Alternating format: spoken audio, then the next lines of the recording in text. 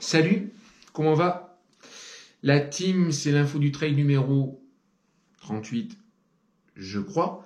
Et je vous livre ça évidemment dans le désordre, comme à mon habitude, ayant déjà fait des infos du trail sur les bâtons, pourquoi, comment, quand, où. Et puis une autre info du trail aussi sur le pacer, un ami qui vous veut du bien. Mais là, j'ai eu un message de Ride Safe. La chevauchée sûre. Et donc, Ride Safe m'a posé une question, il m'a dit, sur un ultra, sur un trail, comment tu utilises ta montre?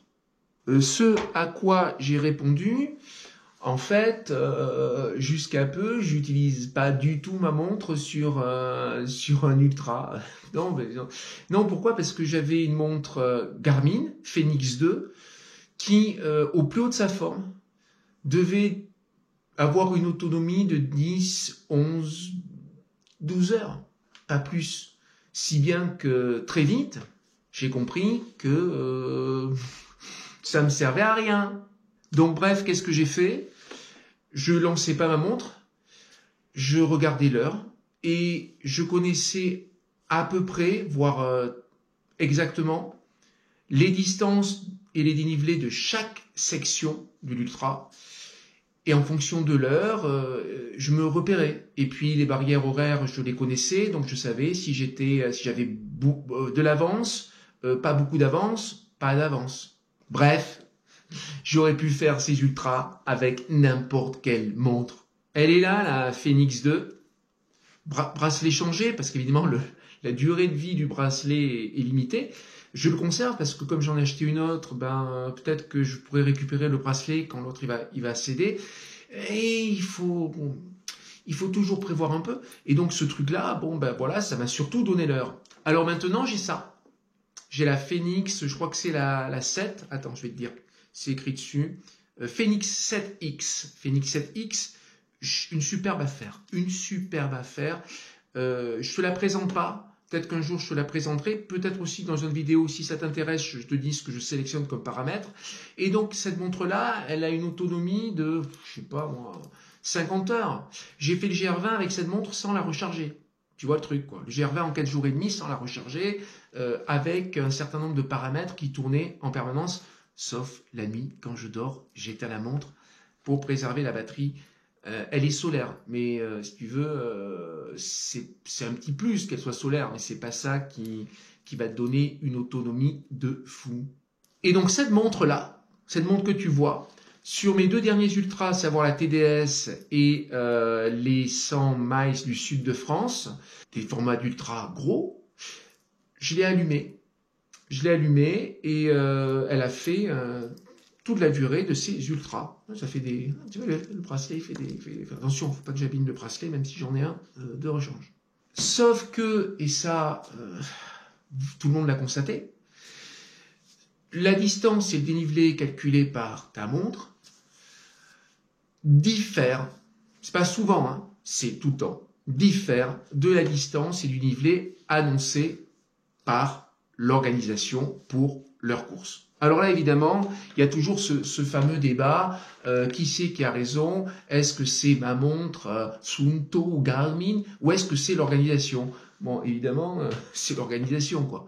Hein, ils ont mesuré plusieurs fois le parcours, parfois ce sont des distances qui sont officielles, donc bref, c'est eux qui ont raison. Je veux bien qu'il y ait une exception ou deux, mais c'est eux qui ont raison. Alors, la question qui se pose, c'est pourquoi notre magnifique montre Phoenix 6, 7, 8, 9, 10, 11, 12, 13, 14, XX plus XXL se trompe. Se trompe pas de manière catastrophique. Hein. Je veux dire, quand tu rajoutes 2 km de plus sur une distance qui est donnée à, 175 km, ça me semble pas être une erreur monumentale.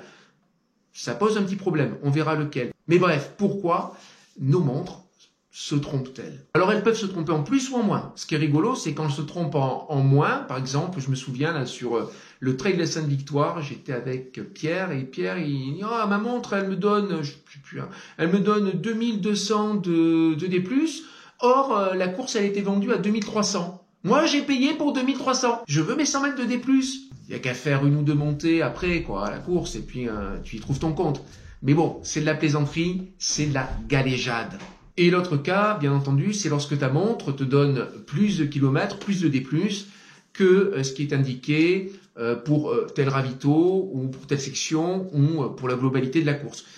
Et évidemment, c'est pas le même discours là. Là, le trailer est, je dirais, moins enclin à la plaisanterie. Et oui, parce que le ravito, il est donné à 85 km par exemple. Et ta montre, elle te dit que tu as parcouru 86 km et t'as toujours pas atteint le ravito. Là, tu te poses des questions. Si t'es très très fatigué, tu te dis, oh, mais j'ai peut-être raté le ravito. Oh, et du coup, j'ai peut-être raté tu sais le truc qui te bip là, c'est les bips. Comment ça s'appelle déjà? Bon, tu trouveras le mot, tu le mettras en commentaire. Là, ça m'échappe totalement. Et pourtant, chez moi, c'est une certaine source de stress. Et du coup, il y a des formules fameuses du genre, ça fait 3 kilomètres que j'aurais dû passer la ligne d'arrivée.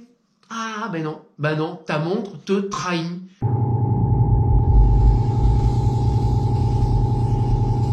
Comment la montre calcule-t-elle la distance et le dénivelé? Eh bien, elle est triangulée avec 3 satellites qu'elle cherche en permanence. Elle change aussi de satellites qui lui permettent de repérer des points. Et à partir de ces points relevés à intervalles réguliers, sont calculés distance et dénivelé.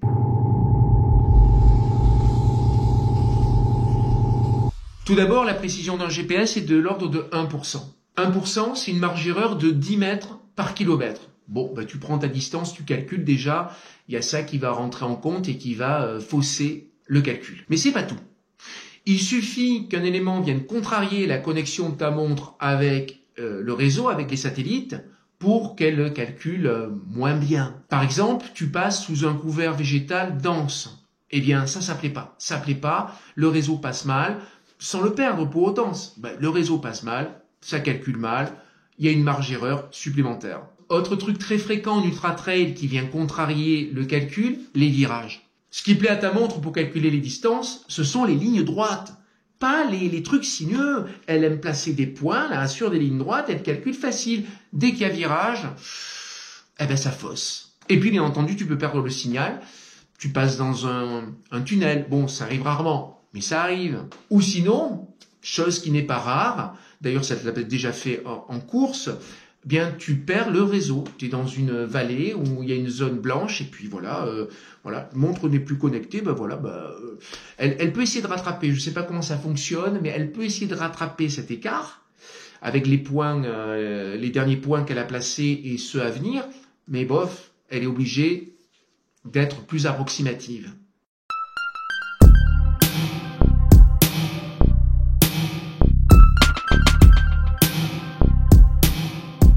Et c'est pas tout. Petite anecdote sur la TDS. Je sais plus à quelle base de vie, celle où j'étais pas loin de faire un malaise. Le nom me revient pas. Mais cette base de vie, je suis resté un bon moment pour essayer de reprendre mes esprits. Et ça m'a fait halluciner. J'étais assis, Et puis la montre, pour chaque kilomètre, elle bip, elle me signale qu'un kilomètre a été parcouru. Elle me donne une indication du temps que j'ai mis pour parcourir ce kilomètre. Là, j'étais assis depuis un moment. Paf, elle a bipé. J'avais fait un kilomètre supplémentaire, ou en tout cas une centaine de mètres supplémentaires, sans pour autant m'être déplacé. Je vous garantis que vu l'état où j'étais, je ne bougeais pas. Pendant 30 minutes, je n'ai pas bougé. Alors on m'a expliqué pourquoi. On m'a dit c'est simple, ta montre en permanence, elle recherche les satellites. Donc en se décalant d'un satellite à un autre, elle peut commettre une erreur.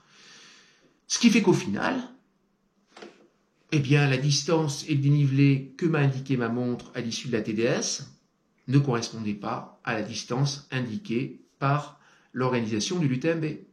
Est-ce que c'est grave?